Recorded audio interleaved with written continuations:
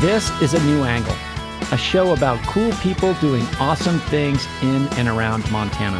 I'm your host, Justin Angle. This show is supported by First Security Bank, Blackfoot Communications, and the University of Montana College of Business. Hey folks, welcome back, and thanks for tuning in. Today, I'm speaking with Slaven Lee, Executive Director of the Missoula Public Library. Slaven has held library leadership roles in Austin, Seattle, and New York City. And just being in community with people, that's like such good medicine that we don't get in a lot of other places. In 2022, Missoula's library was named Best Public Library by the International Federation of Library Associations, marking the first time a North American library had won this prestigious award. Slaven, thanks for joining me. Justin, thanks for having me. Yeah, so tell us, where did you grow up and what did your parents do? I grew up in the Appalachian part of Southeast Ohio, Okay. a place called Middleport. It's literally the middle port between Pittsburgh and Cincinnati, right on the Ohio River. A small town, rural parts of the county for sure, but very much like small town river life. Okay. So my mom was a bartender for the first 5 years of my life, and then she cleaned houses. She removed asbestos from power plants for a while. Oh, gosh. Yeah, I think that is officially called an asbestos abatement worker. Okay. And she was a laborer, and then she was a flagger the last few years of her life on construction sites. Wow, all kinds of jobs. Yeah. And then my dad was a really talented woodworker and concrete guy. But his jobs were usually in the lumber yards of Ace Hardware type places. Yeah. Yeah. Excellent. So when did you first become interested in libraries? When I was about 19 years old in college at Ohio University in Athens, Ohio, I got a work-study job in the music dance library of the university and just really fell in love with libraries and the librarians that I worked with, and just felt like a lot of comfort there. Yeah. And felt like it was a really neat place to be able to help people. I really love music, so that was gratifying. One of my side jobs would be to take vinyl records and record them onto cassettes for the course reserves. Right. So that students could check out the course reserves. Yeah. That was really fun. So the libraries become a passion while you're an undergraduate student. At what point do you decide, I want to work in these spaces? When I graduated from undergrad, I did 2 years of AmeriCorps doing community organizing in Cincinnati, Ohio, and also got a part-time job at the public library there. I think for me, public libraries are just the embodiment of a lot of my interests. So social work, social justice, helping people, knowledge, recreation, interacting with the arts, reading, that sort of thing, in these really, to me, empowering public places where people can gather from all sorts of different backgrounds. I just found that really moving. Yeah. And as someone who has a lot of varied interests but is not maybe specialized in any particular one, it felt like a good culmination of all of those interests. And so you mentioned a lot of things in there that a listener might not associate with a library. I guess we should just level set, like, to you, what is a library? A library to me is a community hub, a place that brings people together, a place where you can just be and not necessarily have to buy anything, engage with people, or you can.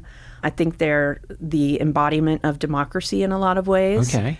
But I just think it's like civic engagement and democracy in action. That's what the public library is. I read something recently where someone said if public libraries were a new idea today, people would probably scoff at it and not make them happen. Oh, I'm sure there'd be like, whoa, what's the business model? How are you going to monetize the fact that all these people are gathered together? You're just going to loan people things? That seems silly. Yeah. Where's the advertising? But yeah, one thing, of course, you did not say is books. And I think that's like the primary assumption folks make is, it's where I go again and find a book, but it's just so much more than that. Yeah, and I like saying it like that it's so much more. Yeah. The books are really important. I think that books are, and reading and knowledge are what we do so exceptionally well, and that is a way that we bring people together and unite people. So for me, it's like books and beyond. Maybe take a moment to speak about the various places you've worked in libraries. I mean, some pretty amazing places for this type of work. Austin, New York, Seattle. You've worked at some of the most prominent library systems in the country, if not the world. Yeah. So after Ohio, I moved to Seattle, Washington, and I think lived there for 15 or so years. Okay. I worked in South King County mostly with populations that were some of the most diverse in the country when it came to refugees and new immigrants, people of color, people from varying income backgrounds, that sort of thing. And I'm really passionate about working with those communities. Yeah. So I worked there for a while, and then I just wanted to do some more exploring. My partner and I really love New York City, and we thought, let's try living there. Sure. So we drove across the country and lived in Brooklyn, New York for a while. I was the manager of a community neighborhood library in Queens, and that was just like such an education. So I did that for a while, and then I moved back to Seattle, but was spending a lot of time in Missoula. My partner's from Montana. So as long as we've known each other for 12 years or so, she's been trying to get us back here to Montana, to Missoula specifically, to live. But I got a really amazing job with the Austin Public Library in Texas. I was responsible for buying all of the books and DVDs and other materials for the entire system. So that was just like an opportunity I couldn't pass up. And then an opportunity presented itself here in Missoula?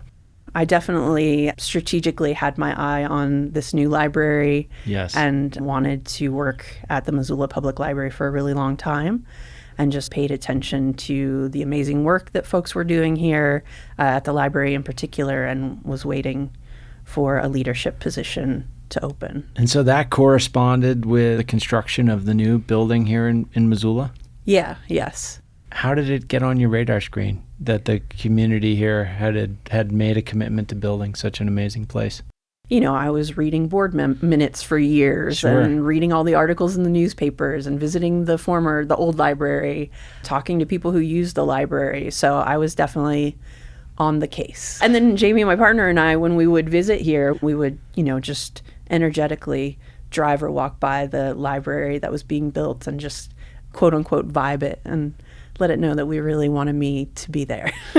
For folks that are listening who haven't been to the Missoula Public Library, maybe paint a picture, because it is a breathtaking facility. I think it's so clear that library leadership and community leadership were really invested in this kind of institution and had a really beautiful vision for what that could look like. I would say in 2010, library leadership really started planning for this building. There was a feasibility study that informed leadership that the former building didn't have the capacity for what the community really wanted from a public library. But then they had the fortitude to start studying other models of libraries, and eventually visited Sweden to learn more about culture houses. So our library is modeled after these Swedish culture houses. Okay. And they're huge public institutions that house different organizations all under one roof, which is what we call our model here in Missoula. Yeah. So depending on the community, that could be museums, libraries, nonprofits that are particularly relevant to a neighborhood or a community, sharing resources and focused on having collective impact. So the folks who went to Sweden and who were responsible for making this library happen decided to have that culture house model here in Missoula. So we have this amazing, innovative, 106,000 square foot building purposely in downtown. From a sustainability perspective, it was just meant to be an anchor of downtown, close to public transit. And within that new building, there are several nonprofits. Families First, they do parenting, education, therapy for children and their families and teens who are at risk, and family-type leadership classes, social work sort of services. University of Montana's Spectrum Discovery area, which is a STEM museum. There's a children's museum in the library, and they do a lot of outreach. Tons of work on the Flathead Reservation, too, taking STEAM programs and whatnot there. And then we have MCAT, which is Missoula's media resource. They have a radio station, KFGM. It's a separate entity in MCAT. podcasting classes, public access TV, and then there's the University of Montana Living Lab, which is part of the psychology department. And how did you and your colleagues at the library and in the city, how did you make choices about the mix of other organizations that you would offer a home in the library? The leaders that I've mentioned identified the need. Okay. So primarily focusing on children and their families and creating a space where kids could go and experience all these different facets of education, but creating a seamless experience as far as that goes. Certainly at the library, we serve all ages and do a lot of intergenerational programming, which I think is really special. But if you visit the second floor of the library, it's just a wonderland for kids and their families or their caregivers. And so in 2022, you were named Best Library by the International Federation of Library Associations. But that's best library in the world, right? Yeah. That's a big deal. And why do you think the Missoula Library was selected for that award? The All Under One Roof Culture House partnership that I described, that's a huge reason for that. We're the first library in the country to really adopt that model from the start and launch it so successfully. It's such a great example of resource sharing. And then the architecture of the building is pretty incredible. It is. Yeah. Really special. You know, it just really mimics the geography of Missoula in a really impactful way. Super sustainable. We're the first library in North America to win that award. And in just 2024, you also were honored by the same organization with a prestigious sustainability award. You mentioned sustainability a moment ago. How do you think of sustainability and how do you bring it to life in a large public institution like the library? I would say three main components really won that for us. That vision of the Swedish Culture House model. Okay. Choosing the location through a site survey and deciding to have the library be this part of hopefully future downtown density, anchoring the downtown in that way and being a real community hub. And then it's built to be a 100-year library, a 100-year building. What will a library look like in 100 years? We don't know, right? So just building a space that had the capacity to be flexible, modular in a lot of ways, and just respond to how the community wants to use the building. And then there are a ton of things about the design, about engineering, social sustainability, that sort of thing. So from an energy and engineering perspective, we were designed to be nearly net zero operations. Okay. And so that's achieved in a variety of ways. But the engineers really focused on EUI, which is energy use intensity. That sort of comes to life pretty immediately when you walk into the building, as you just see how much natural light is captured. I've been to the library many times, and I don't think that I've ever considered a lamp or a lighting fixture. It just seems like it's just all natural light. Exactly. Yeah. And obviously that's by design and meant to save energy. And that example of daylighting is the most present and visible sustainable feature of the library, I think, for most people, because they have that experience that you're describing. Yeah. So that's really huge and, of course, saves money. And the building is oriented in a way where it can get the most sunlight, especially from the south-facing windows. There's a 365 view of windows all around the building. One of my favorite facts, too, from a sustainability perspective is that we don't actually have air conditioning. Air conditioning is pretty bad for the environment, uses a lot of energy, chemicals, but we have an underfloor heating and cooling distribution system that takes air that's cooled by the aquifer under the library and circulates it throughout the building. Amazing, Yeah, so we have these beautiful concrete tiles all over the floor in the building with a duct system that's, I think, about 3 feet under the tiles. And if you pull one up, wind just gusts out of the tile. Wow. So there are vents placed around the building strategically to help cool the building. And I just love that. I think that's so interesting.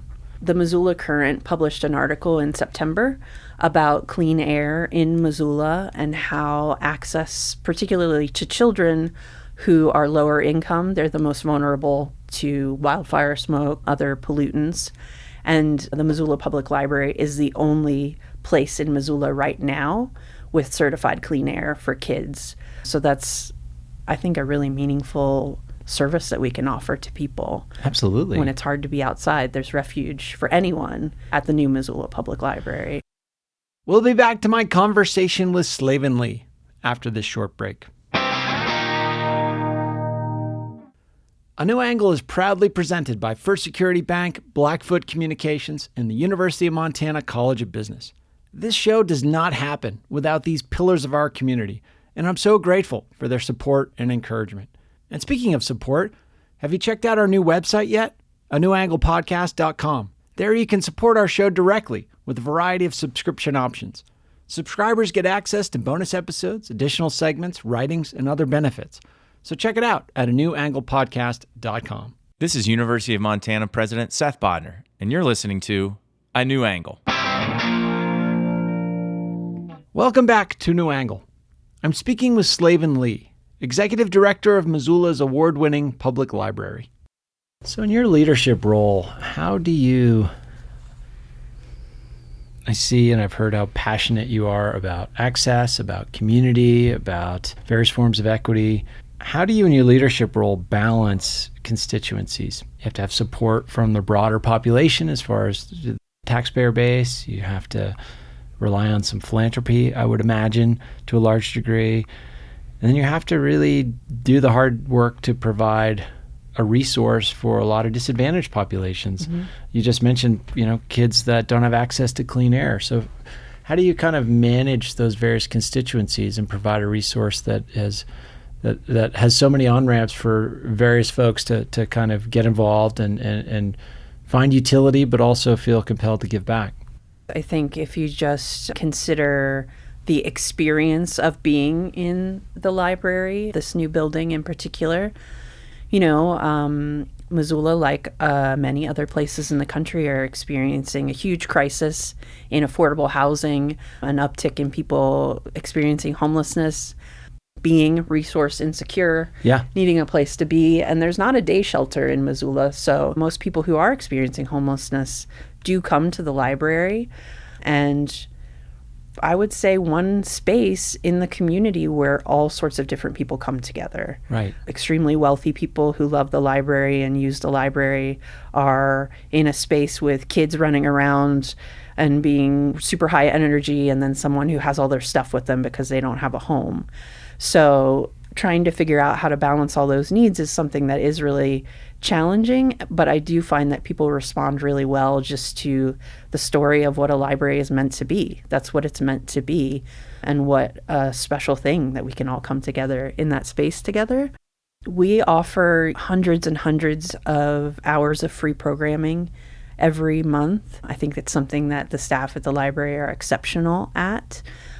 And I think that we do a really good job of meeting various needs. So you can go to an incredible author event with the Montana State Poet Laureate Chris Latre, for example, reading from his new book or something like that, where 300 people show up for this type of event. And it's folks from all sorts of different backgrounds, but I think it exposes the community and exposes patrons to entertainment that's free, but super compelling, in a space with others that they might not usually share space with. So I think that experience can really move people. You've given people access points where they can experience the value, and you're sort of delivering on the social contract to a variety of constituencies in different ways. I think too, like, part of the design of that building is meant to be soothing because there's so much exposure to the natural world. A lot of the outside just comes in that building.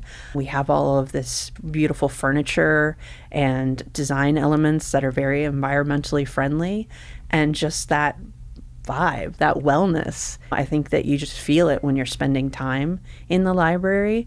So it's also just that experience of being in the space and finding your favorite nook and sitting down and having a Zoom meeting or reading a book that you grabbed on the shelf and just being in community with people. That's like such good medicine that we don't get in a lot of other places. Yeah, and being explicit about it is, I don't think people often are. Yeah. They sort of notice the absence of it in their lives, but maybe don't quite appreciate its presence. If folks want to appreciate the library more, how would you direct them? There are many ways that you can appreciate the library, and the Missoula Public Library is not just the downtown location. Yeah. We have branches too, so I think visiting branches can feel really special and connect you to your community much more locally. So I would recommend that. As I mentioned, we have all of this wonderful programming. I think looking at our program calendar and finding things of interest is a really great way to experience the library. Getting a free library card when you visit so that you can have access to all our physical materials, but then also the thousands and thousands of titles that we have that you can access through ebooks or e-audiobooks. We have people who never even come to the library anymore because they have access to those sorts of things. That's what I would recommend. Visit the downtown location or one of your branches, or even if you don't live in Missoula, we are part of a statewide collective called the Montana Shared Catalog. That's the tool that you can use to access all of these libraries. Okay. There are, I think, 30 to 40 libraries within the statewide collective sharing materials. They're just all these couriers booping around the state delivering books to people. It's a very... Other states do this, but I think Montana does it so well. It just speaks to the beauty of Montana, the sharing, the resourcefulness and collaboration that I think is the resilience, too, of Montana. I'm sure you think about the future of information, what it looks like, how it gets communicated, how it gets stored, etc. We've sort of heard stories of the demise of books, or the fact that we won't have books anymore. I don't know that moment will come, but certainly, I think of my own consumption, I'm reading fewer pages than I probably have at previous times in my life. How do you think of that role for a library? And then how, given those thoughts, how do you then make choices about how you allocate space in the facility that you have?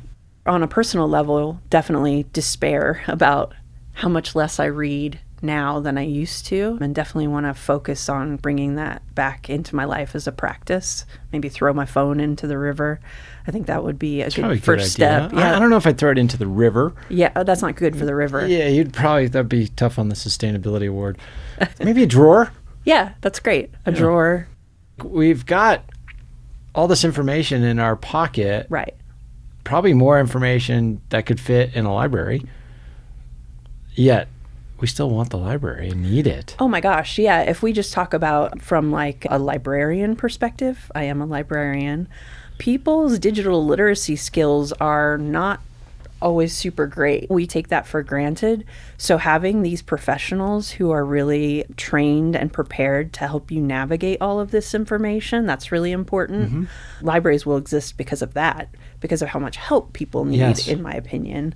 And then books are such an old technology that I think really absorbing information when you're physically holding a book or physically reading a book, I think there's some brain stuff there that helps you absorb the information better, interacting with that physical media. Because of my position, see so many readers all the time. People love checking stuff out. People donate their used books to the library for us to sell so that we can fund programs. Boxes and boxes of books, hardcovers. So I just have a lot of faith that people will always want to read actual books. And I say that as someone who really loves technology and actually really loves my phone and wouldn't put it in the river. But I just think that people will always want to interact with books. Yeah, and the piece you mentioned in there, Slaven, as a librarian, there's often an assumption that more information is better. I don't think that's true at all. We want the right information, the information we need to make decisions or have a realistic view of an issue or a balanced attitude about various difficult topics, whatever the case may be.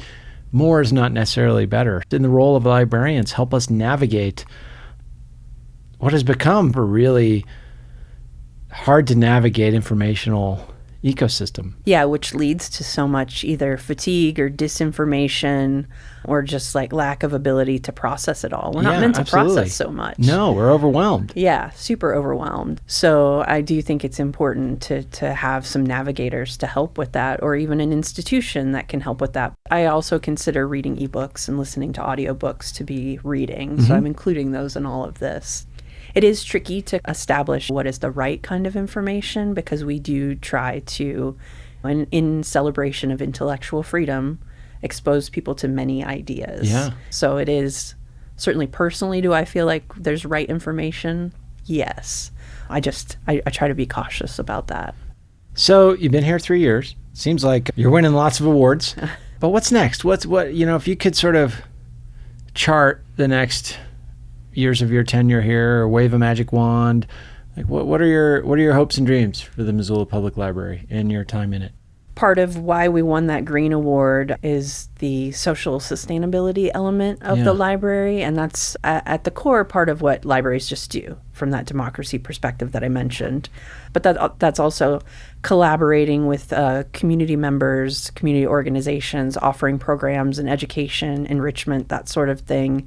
And then also exposing people to new ideas and bringing people together. So that social sustainability piece is where I am very passionate. Yeah. Advocating for equity, advocating for bringing in perspectives that aren't always listened to or heard because of dominant culture sort of stuff.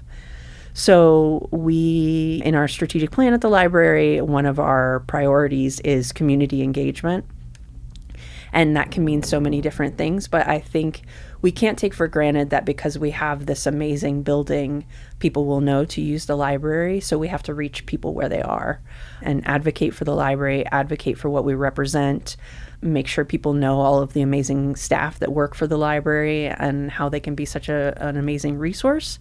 So I just think really pushing that forward and being embedded in the community and not just being a physical space, even though that's why a huge part of why we're winning these awards, but it's the people and the stuff that's happening in those buildings that's so important. So getting it out in the community is a big focus of mine. And then from a logistical perspective, we're working with the city of Missoula to build a living roof on the library in a couple of spaces. And that will really help environmentally from like a cooling perspective for downtown, but then also exposing people to growing a little garden on the roof or interacting with nature while you're at the library. So I think that creates a lot of opportunity for us too. For sure. Assuming that it passes the federal funding that we need as it's supposed to in the legislature. Well, those seem like both important and lofty ambitions, so all the best. Slaven, thank you for telling us about the library, about your work in it, and just being a champion for the value of these sorts of public institutions. They're really important, and I think we all benefit from them in various ways, and we need to fight for them. I totally agree. Thank you.